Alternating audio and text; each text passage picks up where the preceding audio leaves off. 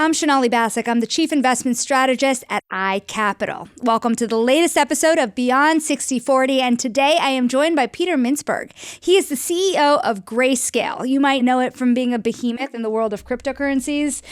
Peter, great to have you here today. It's a really interesting time to talk about crypto. I think we do have to talk about the giant in the room of crypto, which is Bitcoin. How do you think Bitcoin behaves in the type of environment that we're in today? Well, first of all, thank you for having me. It's a pleasure to be here today.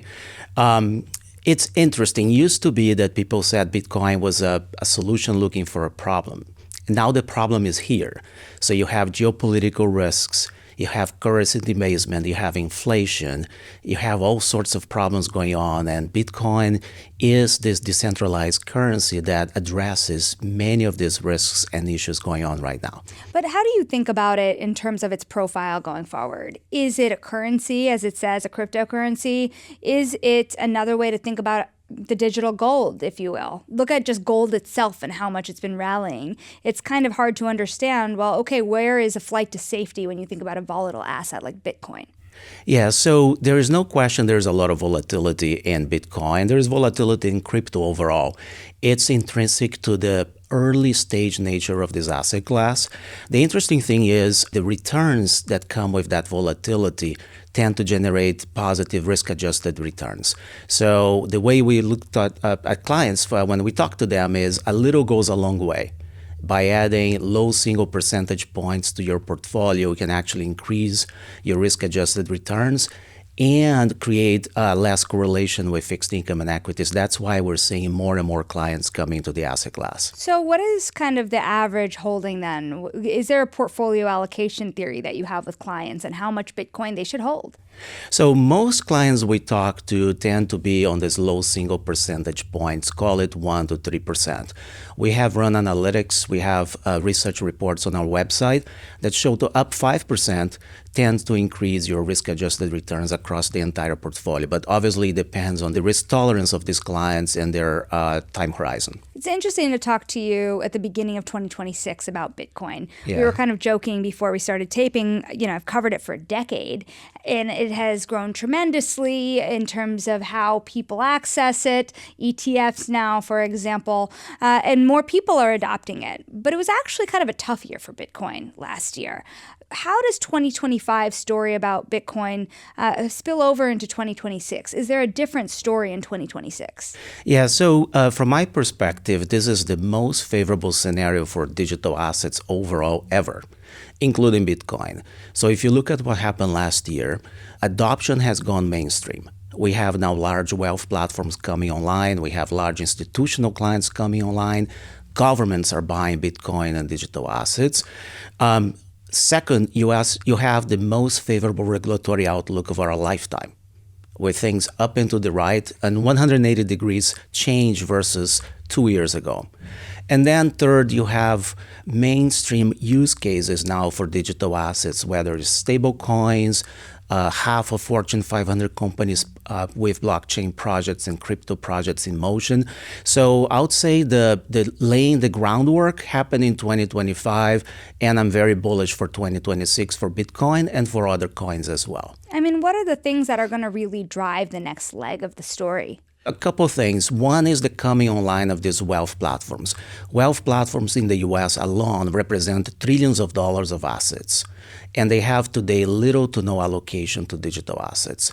Now they are talking about something between 1 and 3%. That can represent easily a 10x versus the total AUM in ETFs in the marketplace today. Really? Correct. And we at Grayscale have been engaging with these platforms now for a year. We have been onboarded to the largest U.S. wealth platforms already, and we have been working with the field force to provide their advisors the educational materials, the research, and how to talk about crypto with their clients, and the feedback has been very positive. Help me understand that adoption curve, because on one hand, when the ETFs for Bitcoin were introduced, there was a lot of conversation about how it can be such an exciting moment for the wealth community. Yeah. But as you and I both know, that adoption has been somewhat slow, actually. Why is that? What's really interesting and unique about this asset class is it's going in reverse versus the other asset classes. Most asset classes start with institutional, large-scale investors and eventually make their way to retail. This is different. It started with self-directed investors and mass retail and is making its way to institutional clients now. So for wealth platforms, they are somewhere in the middle, and they are now coming online. In the next 3-4 quarters, we're going to see significant volume of assets coming this way. And then after that, institutional clients, most likely. And I should say, even before you got into the crypto space, you've been CEO of Grayscale for about a year and a half through some very pivotal moments for the firm. But you spent more than 20 years here in BlackRock, Apollo, Goldman, asset and wealth management. But why is this asset class so hard for, let's just take the RIA community, to wrap their heads around? What ultimately is the thing that stops them from getting their clients in? So there were two issues. The number one was access. It was a really tough asset class for an advisor to get access to. The user interface is complicated. The taxonomy is complicated. You had to sign up for cold and hot wallets. It's a whole different world, and they don't have the time to deal with that. That has been primarily addressed now with the ETFs and ETPs in the marketplace. The next stage is complexity. It's a fairly complex asset class. We think there are 40 million tokens out there. So you have to find the ones that are compelling enough to invest on, to offer to your own clients for investments. And that's where working with a specialist asset manager is so important, because we wake up every day at Grayscale to look at this market, to understand it, to be in the ecosystem, talking to participants, and to be able to identify the tokens that are compelling enough to be offered to your clients. What kind of tokens are you seeing becoming more and more interesting to clients? You know, outside of Bitcoin, there are some that people know a lot more about, like Ethereum has become much more mainstream in recent months at least. But are there tokens outside of that that you can see becoming kind of part of your core group, if you will? Yeah, so we have some products today that offer multi-token exposure, including the first ETP that offers multi-token exposure, GDLC. That is selecting what we believe are the most important tokens for an investor to own today by market cap. And then we have a series of other exposures that clients that typically have bought Bitcoin, Ethereum, Solana, XRP, and are looking for the next thing up into the right of the risk-return curve, they can actually discuss with us, and we have over 40 of these tokens on the platform today. But you're fairly selective. We're fairly selective. We selected about 40 out of 40 million. So it's a fairly strict criteria. We run an investment type process to select these tokens. There is a qualitative assessment, a quantitative assessment. There's fundamentals, governance evaluation, even the protocol itself, the language that is written down. So you do need a specialist to work with you to find what's appropriate for your portfolio. How much usefulness is coming out of this industry at the end of the day? People for the last several years have looked at different tokens and they've kind of ridden waves in different moments of the market of euphoria. But are there real products, services, goods, usefulness to society that it's really being created underneath it all? There are a number of things. One of the misconceptions in crypto is they are all made equal. The reality is when you double click on that, you see that there are different sectors, different technologies, different functions that these tokens represent, whether it's reserve value, as you said earlier, stable coins that run on platforms like Ethereum, for instance. You have also decentralized artificial intelligence that runs on things like Bitensor and Tau. You have Zcash, which is a private token. So there are a range of tokens. At Grayscale, we have created a sector analysis of tokens, which is on our webpage, that really explores the different functions that each of this group of tokens provide and the underlying economics of each. So when you kind of going back to the last discussion that we had about RIAs and access, are they trying to access this space because they believe that these tokens will be the future technologies? Or are they looking for diversification in a traditional portfolio of assets, thinking, well, wait a minute, the future of finance is actually digital? It's both. It depends on the client. A lot of them are looking today at fixed income, which is expected to generate nominal single-digit returns on the forward, and public equities with to low single-digit percentage points on the forward, and their clients are targeting something like 6-7%. There's no combination of 1 and 5 that gives you 7. So they are going up into the right in the risk-return curve and looking for an asset class like crypto that offers positive adjusted risk returns and diversification from fixed income and equities. If you're an RIA, why put your clients into it if they could just buy it on the outside of your platform? So RIAs and advisors overall value the research that we provide, value the advisory that we provide. The key question is not only what to buy, but how to incorporate this in a portfolio in a way that is accretive to risk-adjusted returns. And we partner with them. We provide them educational materials they can use with their clients. And that's all we do, and they appreciate the specialization that we provide. I'd love for you to repeat the fact that you even said a little earlier here that it could be multiples in terms of this space getting into the crypto investing space and even beating what we saw in the ETF space so far in terms of inflows. That's what it seemed like you were getting at. I am getting at. I think we're just getting started in this asset class.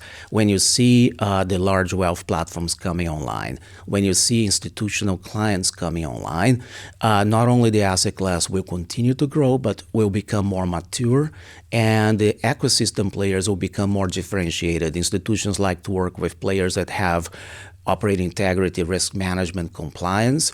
So it will help identify and separate the ones that are ready for this moment versus the ones that are not. Yeah, the ready for this moment is really interesting. If I think back to the last even 5-10 years of crypto, FTX was one of the biggest moments, right? The only reason I bring up FTX is because it made people realize perhaps there was more leverage in the system than had met the eye. We saw nothing close to that. But last year, the question of leverage came up again. Is there something about this market structure that could leave me vulnerable to downturns? What would you say to that concern?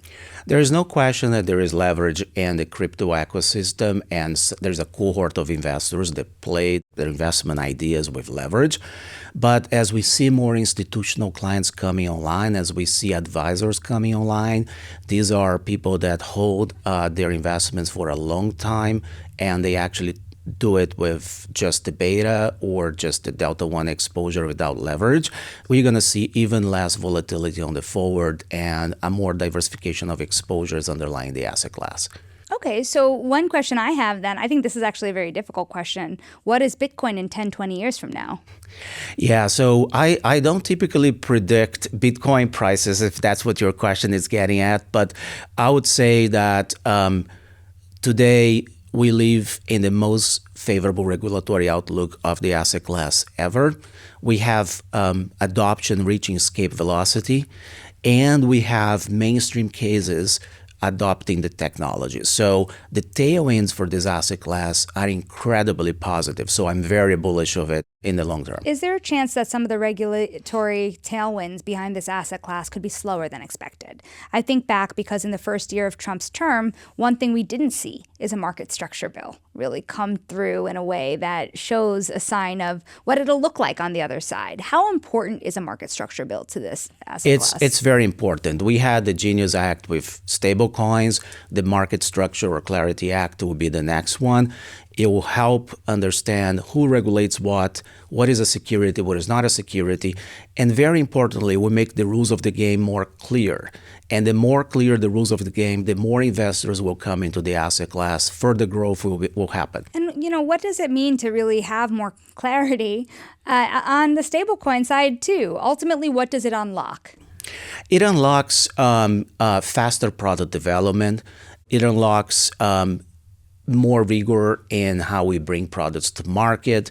It decreases uncertainty. It makes large investors more comfortable deploying capital in the space. It generally reflects the industry maturing and the asset class coming to the light of the day, if you will. I should ask you also, we were talking a little earlier about how you had spent so many years at those big traditional asset managers. What brought you into the crypto space? The short answer, Sonali, is growth. This is the fastest growing asset class of our lifetime. It is the most exciting part of asset management today. And when I decided I wanted to get in, there was no better place than Grayscale, which is the market leader. We're the largest. We have the longest track record on this space. We have the broadest product platform.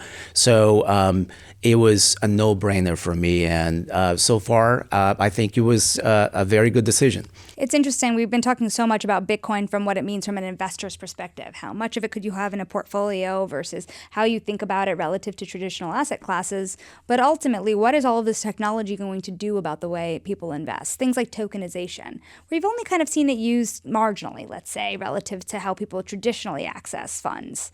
I have no doubt that tokenization is going to transform financial services, whether it is higher trading hours, 24/7 trading hours, the conversion of illiquid exposures to liquid, the democratization of access to some investments that today are only possible if you are ultra high net worth, and on, taking out inefficiencies as well. I do think it's going to take longer than most people think. Regulation is part of it. The other part will be really connecting the pipes on the operational side to make sure it's working well.